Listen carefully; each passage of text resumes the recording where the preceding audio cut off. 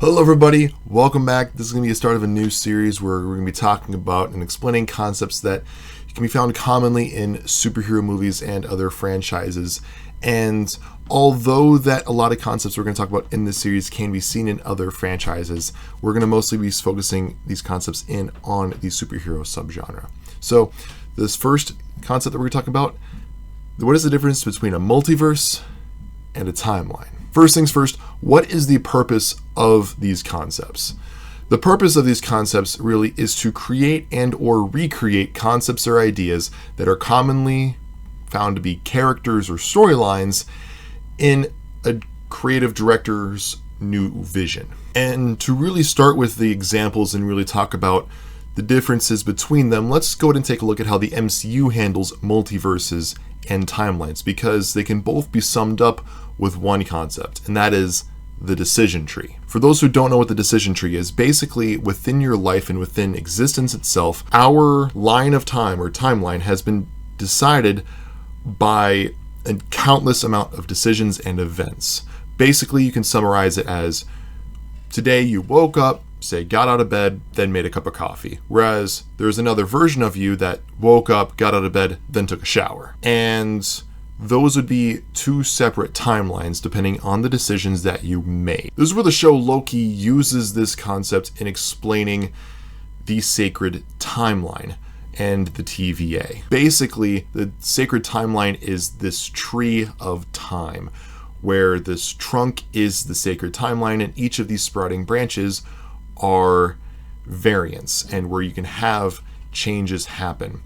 And what the TVA is doing in this is they are pruning out these other timelines, and there can be some different versions of people variants, and these usually get thrown into the end of time that we see at the end of season 1. Now, basically the TVA is not necessarily acting like security guards, they're acting more like temporal gardeners than anything else. And within the MCU, you have the multiverse spawned from this idea of the decision tree as well. Think of all of these timelines existing simultaneously. You have both versions where you woke up, got out of bed, and made coffee, and took that shower instead, existing simultaneously. And then you have characters like America Chavez that can bounce around these universes. That is how the MCU handles the multiverse and timelines. Basically, the timeline is the tree, sprouting branches. Multiverse is the forest that those trees are in. So what are a few characteristics of, say, a multiverse? A common synonym for these could be things like parallel realities, alternate dimensions. Those are different ways you could say the same thing. Usually these stories tend to be more magically based. The one major exception I would say would be something like the Spider-Verse franchise, which they use technology to transfer and move between the multiverse.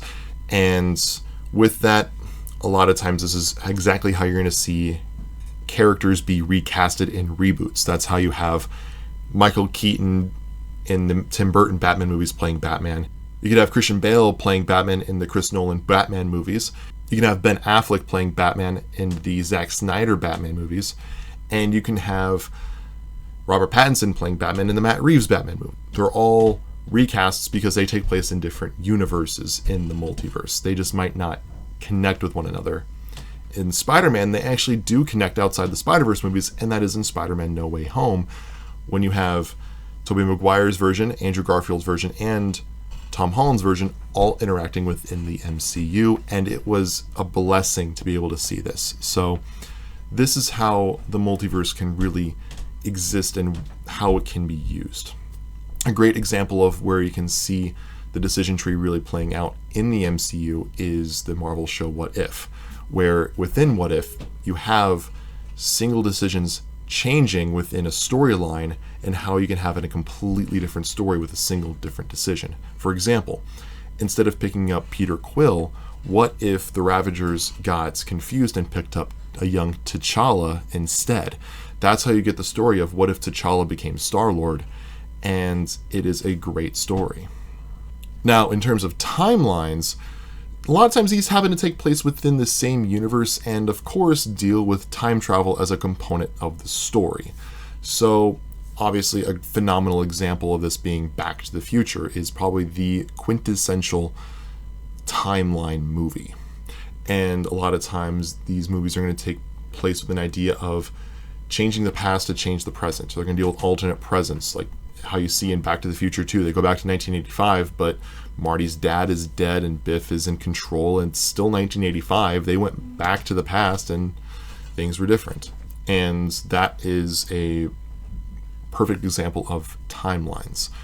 So a lot of times these tend to be more technologically based. A big exception, that be something like X-Men Days of Future Past, where you have Kitty Pryde using her abilities to send Wolverine back in time using her magical mutant abilities. The last thing I'll say about timeline movies is that these movies tend to be a bit more self-contained. You don't really need a prerequisite movie. Like with No Way Home, you could say that a good few prerequisites to have are at least watching, say, the first movies of Andrew Garfield and Tobey Maguire, if not all of them, before watching No Way Home to get that full experience. You could say Spider-Man No Way Home in that way has prerequisites. A lot of times with timeline movies, with a couple of exceptions, there isn't going to be a prerequisite, and you can just pick up the movie and start watching. Now, what are a few examples if you want to look at movies or shows that deal with multiverses and or timelines? I mean, with multiverses, you cannot not recommend the Spider-Verse franchise. So far, we're 2 movies in. Looks like we're going to get 1 more, Beyond the Spider-Verse. I highly recommend these movies. They are arguably the best multiversal movies out there in the superhero genre. Other great ones, in my personal opinion, I really liked Doctor Strange in the Multiverse of Madness. I know a lot of people didn't, but I personally did. I recommend it. It's pretty fun. And Spider-Man No Way Home, I think, is seen as a phenomenally well done piece of superhero history.